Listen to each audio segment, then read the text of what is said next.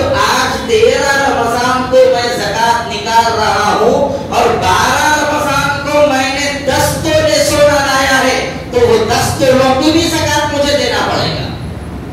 بات سمجھ میں آ رہی ہے؟ نکالتے وقت جتنی مالیت میرے پاس موجود ہے، جتنی مقدار میرے پاس موجود ہے، اتنی مقدار کی زکات مجھے دینا پڑے گا۔ یہ ہے سال گزرنے کا مطلب۔ جو مال ہے وہ مال پورا 1 سال رکھے ہوا رہنا، پھر اس کے اوپر زکات واجب ہوگی، یہ ضروری نہیں ہے۔ بیچ میں آگے چلے جاؤ اس کا کوئی فرق نہیں پڑے گا۔ 13 رمضان کو میرے پاس 30-32 ہزار روپیے تھے، 52.5 تولے چاندی کے پیسے میرے پاس تھے۔ اب 14 رمضان کو ختم ہو گئے پورے پیسے، پھر آئندہ سال 13 رمضان کو اتفاق سے 50,000 روپیے آ گئے، تو اب مجھے زکات دینا پڑے گا۔ یہ ہے سال گزرنے کا مطلب۔ سمجھے مسئلہ؟ یہ مسئلہ ذرا اچھی طرح ذہن میں رکھنا چاہیے۔ یہ مسئلہ نہیں سمجھنے کی وجہ سے کئی لوگوں کے اوپر زکات واجب ہو جاتی ہے، پھر بھی وہ زکات ادا نہیں کرتے۔ اور ایک بات بولوں میں آپ کو، یہ نصاب اتنے ہے تو دینا، اتنے ہے تو نہیں دینا، یہ تو ایک قانونی بات ہے۔ اللہ تبارک و تعالیٰ کے شکر کا تقاضا یہ ہے، اللہ نے جتنا دیا ہے اس کی زکات دے ڈالو، چاہے وہ نصاب کو پہنچ رہا ہو، نصاب کو نہیں پہنچ رہا ہو۔ اے اللہ تو نے دیا، تیرا شکر ہے، اس کی زکات نکال ڈالو، اللہ اور نوازے گا۔ ہاں جو حضرات ہیں دل آگے بڑھتا ہی نہیں اور جن کی نیت آگے بڑھتی نہیں دینے کے واسطے، ایسے لوگوں کے واسطے یہ قانون بنایا گیا ہے، نہیں دی گئے تو قیامت کے دن جوتے کھائیں گے، اس کے واسطے زکات نکالو، یہ نصاب بنایا گیا ہے۔ اور ایک بات یاد رکھیے، زکات کتنی نکالنا ہے؟ زکات جو نکالنا ہے مال کا 40واں حصہ، جتنا بھی آپ کے پاس مال ہے اس کا 40واں حصہ زکات میں نکالنا ہے۔ اب ہماری زبان میں کہہ لیجئے 2.5 کے حساب سے ہمیں زکات نکالنا ہے۔ 1 لاکھ روپیے میرے پاس ہیں اور اس کے اوپر سال گزر گیا ہے، تو اسی صورت میں مجھے 2,500 روپیے زکات نکالنی پڑے گی۔ 1 لاکھ روپیے کو 2,500، 1000 کو 25 روپے، یہ حساب سے ہم زکات نکالیں گے۔ تو زکات نکالنے کو اپنے اوپر ضروری سمجھیں۔ اللہ نے جتنا دے دیا ہے اس کی زکات نکالنے کی کوشش کریں، اور زکات نکالنے سے مال میں اللہ اضافہ فرماتا ہے۔ حضور اکرم صلی اللہ علیہ وسلم سے اللہ تبارک و تعالیٰ نے قرآن پاک میں فرمایا، خذ من اموالہم صدقۃ تطہرہم وتزکیہم بہا وصلی علیہم ان صلاتک سکن لہم۔ اللہ نے حضور سے فرمایا، اے نبی آپ ان کے مالوں کی زکات و صدقات لے لیجئے اور ان کے مالوں کی زکات لے کے ان کے مال کو پاک کر دیجئے، پاک کر دیجئے۔ تو پتہ کیا چلا؟ زکات کا مال دینا اپنے مال کو پاک کرنے کے برابر ہے۔ جو زکات نکال دیا اس کا مال پاک ہو جائے گا، محفوظ ہو جائے گا۔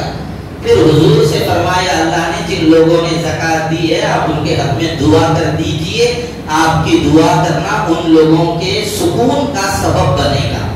تو پتہ کیا چلا؟ نیک لوگوں سے دعا کرانا چاہیے۔ نیک لوگ اگر ہمارے لیے ہاتھ اٹھا دیں تو یہ ہمارے اطمینان اور دلی سکون کا ذریعہ ہوگا، مگر کب؟ نیک لوگوں سے ملتے رہنا۔ نیک لوگوں سے نہیں ملے تو دعا کہاں سے کریں گے ان لوگوں سے؟ اس لیے نیک لوگوں کی ملاقات اور ان کی صحبت میں رہنا اور ان سے دعاؤں کی درخواست کرتے رہے۔ اچھا، اگر مال کی زکات نہیں دیے تو کیا ہوگا؟ دنیا کا نقصان یہ ہے، حضرت عائشہ رضی اللہ تعالیٰ عنہا فرماتی ہیں، حدیث شریف میں ہے، جو زکات کا مال اصل مال کے ساتھ مل جائے گا، یعنی میرے پاس 1 لاکھ روپیے ہے، 1 سال گزر گیا، اب اس کے اندر 2,500 روپیے زکات کے ہیں، اس کو نکالنا ضروری ہے، اب میں نے نہیں نکالا تو زکات کے 2,500 روپیے میرے مال کے ساتھ مل گئے نا؟ ارے مال کے ساتھ مل گئے نا؟ 97,500 روپیے کے ساتھ وہ 2,500 روپیے بھی مل گئے۔ تو اب ایسی صورت کے اندر حضرت عائشہ رضی اللہ تعالیٰ عنہا کی روایت میں ہے، جو زکات کا مال اصل مال کے ساتھ مل جائے گا اور اس کی زکات نہیں نکالی جائے گی تو وہ زکات کا مال اصل مال کو بھی ہلاک کر دے گا. چوری ہو جائے گی، بیماریاں آ جائیں گے، لٹ جائے گا، مصیبتیں آ جائیں گی، کوئی ہڑپ لے گا. تو اس لیے اس مال کے اوپر آفت آ جائے گی، مصیبت آ جائے گی. اس لیے وہ مال کی فوری زکات نکال دینا چاہیے، اس مال کو روک کر نہیں رکھنا چاہیے. تو نکالیں گے انشاءاللہ زکات؟ ارے بولو صاحب، نکالیں گے انشاءاللہ. اور آخرت کا کیا نقصان ہوگا زکات نہیں نکالیں گے؟ قرآن کریم میں اللہ تبارک و تعالیٰ نے 4 پارے میں فرمایا ہے وَلَا يَحْسَبَنَّ الَّذِينَ يَبْخَلُونَ بِمَا آتَاهُمُ اللَّهُ مِنْ فَضْلِهِ هُوَ خَيْرٌ لَهُمْ بل هو شر لهم سيطوقون ما بخلوا به يوم القيامة ولله ميراث السماوات والارض.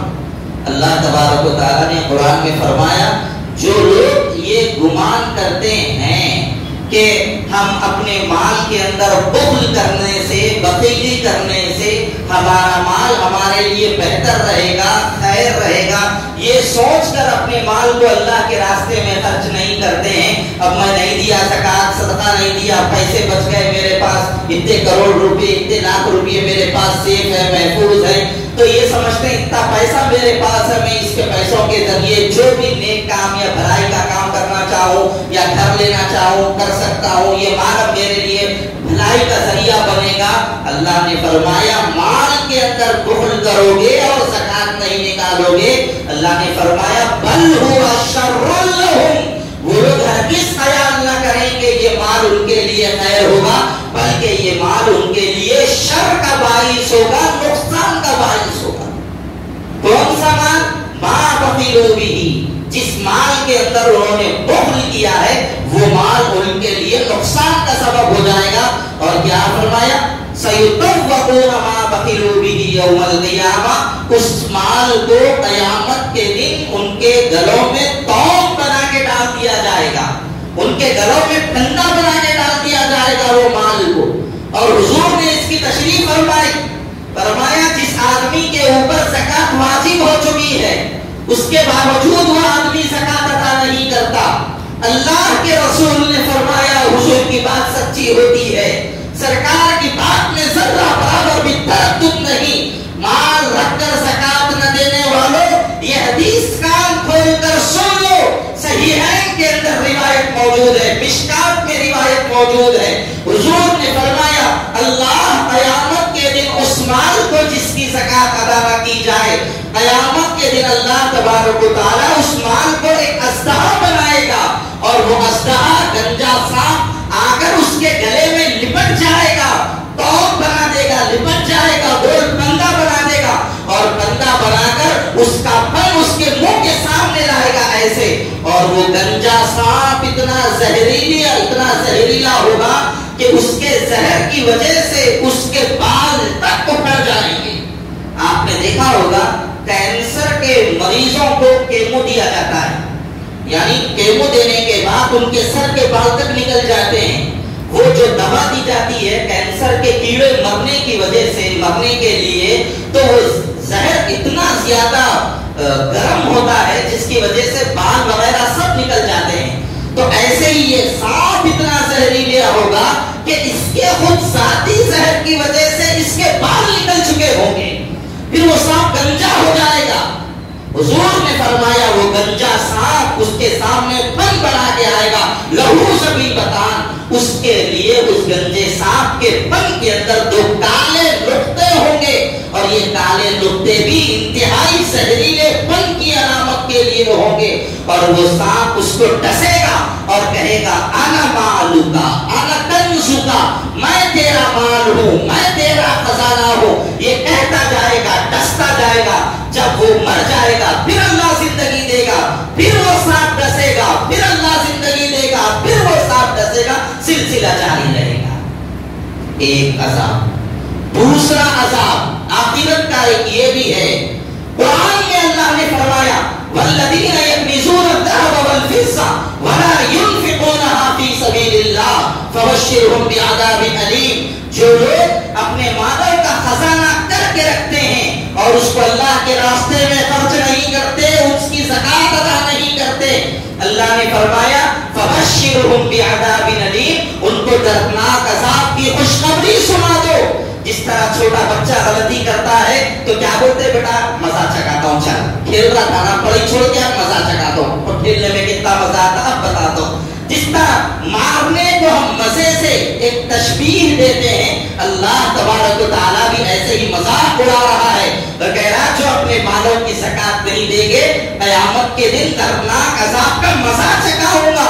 وہ دردناک عذاب کیا ہوگا؟ یوم یحمى علیہا فی نار جہنم، ہم ان کے مالوں کو جہنم کی آگ کے اندر تپائیں گے، دنیا کی آگ نہیں صاحب، جہنم کی آگ کے اندر ان کے مال کو تپائیں گے، ایک تختی بنا دیں گے اللہ تبارک و تعالیٰ ان کے مال کو، لوہے کی تختی بنائیں گے اور وہ تختی کو جہنم کے اندر ڈالیں گے، جب وہ لال لال ہو جائے گی فَتُقْوَى بِهَا جِبَاهُهُمْ وَجُنُوبُهُمْ وَظُهُورُهُمْ هَذَا مَا كَنَزْتُمْ لِأَنفُسِكُمْ فَذُوقُوا مَا كُنتُمْ تَكْنِزُونَ۔ اللہ فرما رہے ہیں پھر یہ تختی نکال کر اللہ تبارک و تعالیٰ ان کی پیشانیوں کو، ان کے رٹھوں کو، ان کے پیٹوں کو اللہ تبارک و تعالیٰ داغیں گے اور کہیں گے هَذَا مَا كَنَزْتُمْ لِأَنفُسِكُمْ، یہ تمہارا خزانہ ہے جس کو تم لوگوں نے اپنے لیے اٹھا کر رکھا تھا، فَذُوقُوا مَا كُنتُمْ تَكْنِزُونَ، تو تم لوگ اپنے خزانے کا مزہ چکھو، اپنے خزانے کا مزہ چکھو۔ بزرگوں، مال جمع کرنا، مال کمانا برا نہیں ہے، مال کما کے، مال جمع کر کے رکھ کے مال کی زکات نہ نکالنا یہ برا ہے، یہ عذاب کا سبب ہے۔ مالدار بننا برا نہیں ہے، بخیل بننا برا ہے، دنیا دار بننا برا ہے، اور آج ہمارا حال یہ ہے مالدار بننے کی چکر میں کئی لوگ قرضے دار بن رہے ہیں، قرضدار بن رہے ہیں مالدار بننے کی چکر۔ اس لیے جن لوگوں کو اللہ نے صاحب حیثیت بنایا ہے، زکات جن لوگوں کے اوپر واجب ہو چکی ہے، یہ مت دیکھو مال جا رہا ہے، اللہ نوازے گا، اللہ نوازے گا۔ اللہ تو قرآن میں فرماتا ہے تم 1 روپیہ خرچ کرو تو ایسا ہے جیسا تم نے ایک دانہ زمین کے اندر بو دیا، پھر وہ ایک دانے سے اللہ تعالیٰ نے 60 ٹہنیوں کو نکال دیا، ہر ٹہنی کے اندر 100 دانے آ گئے، تو گویا ایک دانے سے 700 دانے نکل گئے، تو گویا 1 روپیہ اللہ کے راستے میں اگر بندہ دے گا اللہ 700 روپیے دینے کا اجر و ثواب عطا فرمائیں گے۔ اور اگر جس کا اخلاص جتنا زیادہ ہے، اللہ نے فرما دیا اخلاص جیسا ہوگا واللہ یضاعف لمن یشاء، اللہ تبارک و تعالیٰ ویسا بڑھ بڑھ کے اس کو اجر دے گا۔ اور بعض لوگوں کے بارے میں تو اللہ نے فرمایا جو سچے دل کے ساتھ، کھلے دل کے ساتھ، محبت کے ساتھ زکات دیتے ہیں، اللہ کے راستے میں خرچ کرتے ہیں، اللہ نے تو فرمایا واللہ یرزق من یشاء بغیر حساب، اللہ ان کو بغیر حساب کے روزی دے دے گا۔ معمولی فضیلتیں نہیں ہیں، فضیلت ہے دینے والوں کے لیے، عذاب اور وعید ہے نہ دینے والوں کے لیے۔ اس لیے بزرگوں جن لوگوں کے اوپر زکات واجب ہو چکی ہے وہ لوگ زکات کے مسائل معلوم کریں اور معلوم کر کے زکات ادا کرنے کی کوشش کریں، زکات ضرور ادا کریں۔ رمضان میں ہی زکات دینا ضروری نہیں ہے، لیکن رمضان میں دینے سے چونکہ ثواب زیادہ ملتا ہے اس لیے رمضان میں زکات دینے کی ترغیب دلائی جاتی ہے۔ آپ حضرات سے خواہش ہے کہ آپ حضرات ضرور اپنے مالوں کی زکات ادا کریں گے انشاءاللہ، ادا کریں گے انشاءاللہ، ضرور ادا کرو بھائیو، ورنہ دنیا کا بھی نقصان ہے، آخرت کا بھی نقصان۔ میں اور 2-4 باتیں آپ سے عرض کرنا چاہتا تھا لیکن وقت ہو گیا ہے۔ ایک آخری گزارش اس موقع پر یہ عرض کرنا ہے، آئندہ جمعہ شاید آنے سے پہلے ہی یا آئندہ جمعہ ہی سے اعتکاف شروع ہو جائے گا۔ اعتکاف کی بڑی فضیلت آئی، بہت بڑی فضیلت ہے۔ حضور اکرم صلی اللہ علیہ وسلم ہر سال جو ہے نا آخر عشرے کا اعتکاف فرماتے تھے۔ اس سے بڑی فضیلت کیا ہے؟ سرکار کرتے تھے بات ختم ہو گئی، اس سے بڑی فضیلت اور کچھ نہیں ہو سکتی۔ غلاموں کے لیے تو آقا کا عمل ہے، ہم غلاموں کے لیے تو سرکار کا عمل کافی ہے، ہمارے آقا نے کر دیا ہے، ہمارے لیے کافی ہے۔ تو بہرحال حضور ہر سال اعتکاف بیٹھتے تھے تو ہم کوشش کریں کہ ہم بھی اعتکاف بیٹھنے کا اہتمام کریں، اپنے کاروبار کو، اپنے کاموں کو آگے پیچھے کیجئے، اور 20ویں روزے کے دن افطار کے وقت آ جائیے، عصر کی نماز کے بعد آپ اپنے محلے کی مسجد میں بیٹھیے یا آپ کو جہاں پر اعتماد ہو وہاں پر بیٹھیے۔ اگر کسی مسجد میں محلے کا کوئی فرد، ایک فرد بھی اعتکاف نہیں بیٹھے گا، پوری بستی گنہگار ہو، پوری بستی گنہگار ہو۔ اس لیے اگر ہماری بستی میں کوئی بیٹھ رہا ہے تو ہم جہاں چاہیں وہاں بیٹھیں، اگر کوئی ہماری بستی کی مسجد میں نہیں بیٹھتا ہے تو ہم ہماری مسجد کی بستی کی مسجد میں بیٹھیں۔ انشاءاللہ ہمارے پاس بھی اعتکاف کا یہاں پر نظم رہے گا، اور جو حضرات بیٹھیں گے ان کے لیے تربیت کا معمول بنا کے دے دیا جائے گا۔ آپ حضرات اعتکاف کی نیت کریں جن حضرات کو آسانی سے اللہ نے موقع دیا ہے۔ اعتکاف کی فضیلت کی ایک حدیث سن لیجیے۔ حضور اکرم صلی اللہ علیہ وسلم نے فرمایا، جو شخص ایک دن کا اعتکاف بیٹھے، 10 دن کا بیٹھیں گے تو کتنی بڑی فضیلت ہوگی انشاءاللہ آئندہ بتائیں گے۔ صرف ایک دن کے اعتکاف کی یہ فضیلت حضور نے بیان فرمائی۔ اللہ تبارک و تعالی اعتکاف بیٹھنے والے کے درمیان اور جہنم کے درمیان 3 بڑی بڑی خندقیں کھود دے گا، 3 خندقیں بڑی بڑی، یعنی 3 بڑے بڑے گڑھے اللہ کھود دے گا۔ اور وہ 3 خندقیں کیسی ہوگی؟